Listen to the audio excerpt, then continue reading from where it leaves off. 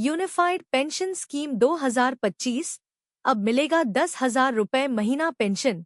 जाने नए नियम और लाभ। केंद्र सरकार ने केंद्रीय कर्मचारियों के लिए यूनिफाइड पेंशन स्कीम यूपीएस को नोटिफाई कर दिया है, जो 1 अप्रैल 2025 से लागू होगी। इस योजना का उद्देश्य रिटायरमेंट के बाद कर्मचारियों को आर्थिक सुरक्षा प्रदान करना है। यह फैसला केंद्रीय कर्मचारियों के लिए एक बड़ी राहत लेकर आया है, जिससे उन्हें रिटायरमेंट के बाद वित्तीय स्थिरता बनाए रखने में मदद मिलेगी। यह योजना ओल्ड पेंशन स्कीम ओपीएस और नेशनल पेंशन सिस्टम एनपीएस के फायदों को मिलाकर बनाई गई है। इस योजना के तहत कर्मचारियों को रिटायरमेंट के बाद एक निश्चित पेंशन मिलेगी, जिससे उनकी आर्थिक स्थिति सुरक्षित रहेगी। यह योजना उन कर्मचारियों के लिए है जो नेशनल पेंशन सिस्टम के तहत आते हैं और जिन्होंने यूपीएस का विकल्प चुना है। यूनिफाइड पेंशन स्कीम योजना का विवरण। विशेषता विवरण। योजना का नाम यूनिफाइड पेंशन स्कीम यूपीएस।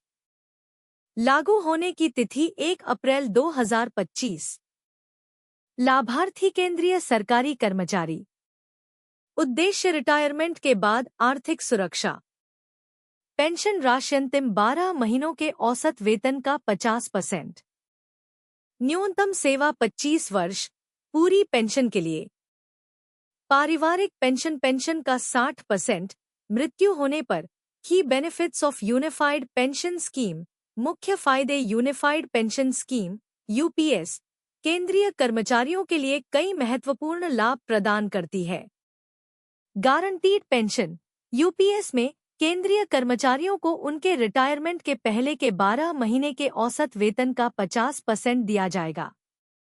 इसके लिए कर्मचारी को कम से कम 25 साल की सेवा देनी होगी।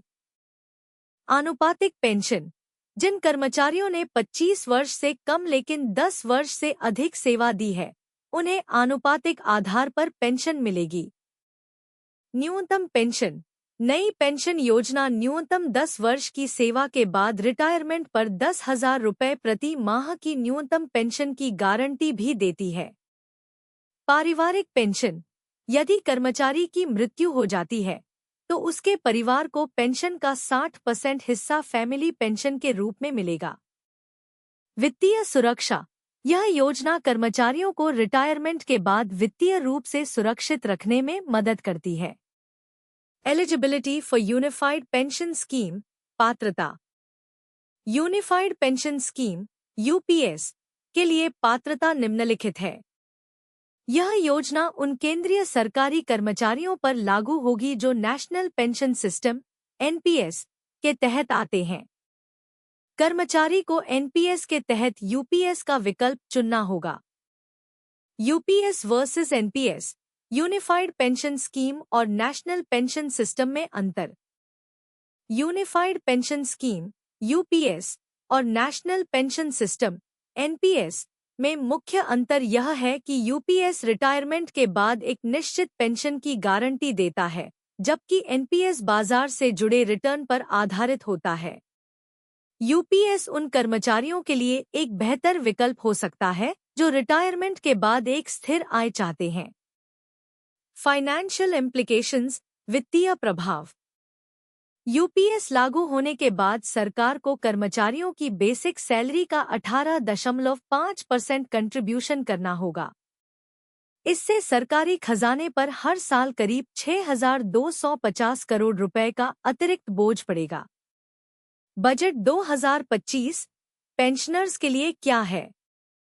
हालांकि इस सर्च रिजल्ट में बजट 2025 के बारे में विशेष जानकारी नहीं है, लेकिन यह उम्मीद की जा रही है कि सरकार पेंशनर्स के लिए कुछ और राहतों की घोषणा कर सकती है। यह देखना दिलचस्प होगा कि सरकार आने वाले बजट में पेंशनर्स के लिए क्या नया लेकर आती है। ईपीएस 95 पेंशन के 3 प्रमुख लाभ। 1,000 रुपये से 7,500 रुपये तक पेंशन। जाने कैसे कर्मचारी पेंशन योजना 1995 ईपीएस 95 एक सामाजिक सुरक्षा योजना है जो संगठित क्षेत्र में काम करने वाले कर्मचारियों को सेवानिवृत्ति के बाद पेंशन प्रदान करती है। यह योजना कर्मचारी भविष्य निधि संगठन (ईपीएफओ) द्वारा 1995 में शुरू की गई थी। ईपीएस 95 ईपीएफ योजना के सदस्यों को पेंशन लाभ प्रदान करता है, जिससे उन्हें सेवानिवृत्ति के बाद नियमित आय मिलती रहे। इस योजना के तहत कर्मचारी और नियोक्ता दोनों ही योगदान करते हैं।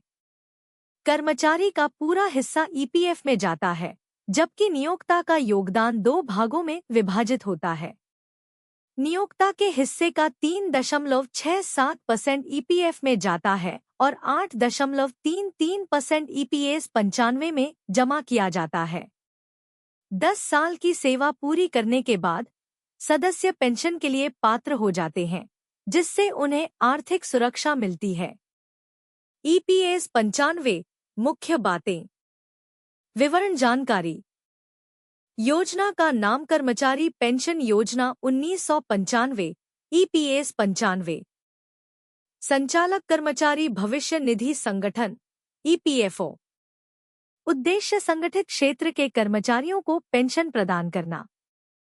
योगदान कर्मचारी ईपीएफ में पूरा हिस्सा, नियोक्ता 8.33% ईपीएस में। पात्रता 10 साल की सेवा।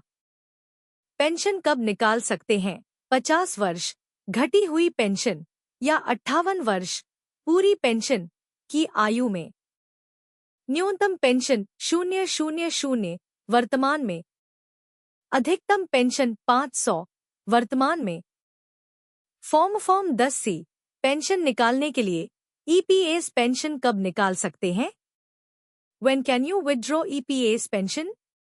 ईपीएस 95 के तहत पेंशन निकालने के लिए कुछ नियम और शर्तें हैं, जिनका पालन करना आवश्यक है। 50 वर्ष की आयु। यदि आप 50 वर्ष की आयु प्राप्त कर चुके हैं और 10 वर्ष की सेवा पूरी कर चुके हैं, तो आप जल्दी पेंशन, रिड्यूस्ड पेंशन निकाल सकते हैं। हालांकि इस स्थिति में आपको कम पेंशन मिलेगी। प्रत्येक वर्ष जो आप 58 वर्ष की आयु से पहले निकालते हैं, पेंशन राशि में 4% की कमी की जाएगी। 58 वर्ष की आयु। यदि आप 58 वर्ष की आयु प्राप्त कर चुके हैं और 10 वर्ष की सेवा पूरी कर चुके हैं, तो आप पूरी पेंशन, सुपरएन्युएशन पेंशन के लिए पात्र हैं। 10 वर्ष से कम सेवा। यदि आपने 10 वर्ष की सेवा पूरी नहीं की है, तो आप पेंशन राशि नहीं निकाल सकते हैं, लेकिन कुछ शर्तों के तहत आप निकासी लाभ, विड्रॉल बेनिफिट प्राप्त कर सकते हैं। सरकार ने ईपीएस नियमों में संशोधन किया है, जिससे 6 महीने से कम सेवा वाले सदस्य भी निकासी लाभ प्राप्त कर सकते हैं। ईपीएस विड्रॉल बेनिफिट क्या है? यदि कोई सदस्य 10 वर्ष की सेवा पूरी करने से पहले ईपीएस 95 से बाहर निकल जाता है, तो उसे निकासी लाभ मिलता है। पहले यह लाभ केवल उन सदस्यों को मिलता था जिन्होंने कम से कम 6 महीने की सेवा पूरी की हो, लेकिन अब नियमों में बदलाव के कारण 6 महीने से कम सेवा वाले सदस्य भी इस लाभ के लिए पात्र हैं। निकासी लाभ की राशि सेवा की अवधि और वेतन पर निर्भर करती है। ईपीएस अमाउंट कैसे चेक करें? How to check your EPS amount? अपने ईपीएस खाते में जमा राशि की जांच करने के लिए निम्नलिखित चरणों का पालन करें। ईपीएफओ की वेबसाइट पर जाएं। सर्विसेज सेक्शन में जाएं। फॉर एम्प्लॉइज विकल्प चुनें। मेंबर्स पासबुक पर क्लिक करें। अपने यूएएन, यूनिवर्सल अकाउंट नंबर और पासवर्ड का उपयोग करके लॉग इन करें। पासबुक पर टैप करें। संबंधित मेंबर आईडी चुनें। पासबुक ओवरव्यू कॉलम के तहत कुल ईपीएस राशि देखें। वैकल्पिक रूप से जानकारी को पीडीएफ फॉर्मेट में डाउनलोड करें। फॉर्म 10C क्या है? What is form 10C? Form 10C एक महत्वपूर्ण फॉर्म है, जिसका उपयोग ईपीएस राशि निकालने के लिए किया जाता है। इस फॉर्म को ईपीएफओ पोर्टल से डाउनलोड किया जा सकता है और इसे भरकर जमा करना होता है। फॉर्म जमा करने के लिए आपके पास एक सक्रिय यूएएन और केवाईसी विवरण होना अनिवार्य है। ईपीएस के विभिन्न प्रकार, types of pensions under EPS. कर्मचारी पेंशन योजना ईपीएस, ईपीएफ ग्राहकों के परिवार के सदस्यों को सहायता प्रदान करने के लिए विभिन्न प्रकार की पेंशन प्रदान करती है। विधवा पेंशन, विडो पेंशन, बाल पेंशन, चाइल्ड पेंशन, अनाथ पेंशन, ऑर्फन पेंशन, घटी हुई pension, reduced pension. Disclaimer, unified pension scheme UPS एक वास्तविक योजना है जिसे केंद्र सरकार ने अपने कर्मचारियों के भविष्य को सुरक्षित करने के लिए शुरू किया है। यह योजना 1 अप्रैल 2025 से लागू होगी। कर्मचारियों को सलाह दी जाती है कि वे इस योजना के बारे में अधिक जानकारी के लिए आधिकारिक स्रोतों से संपर्क करें।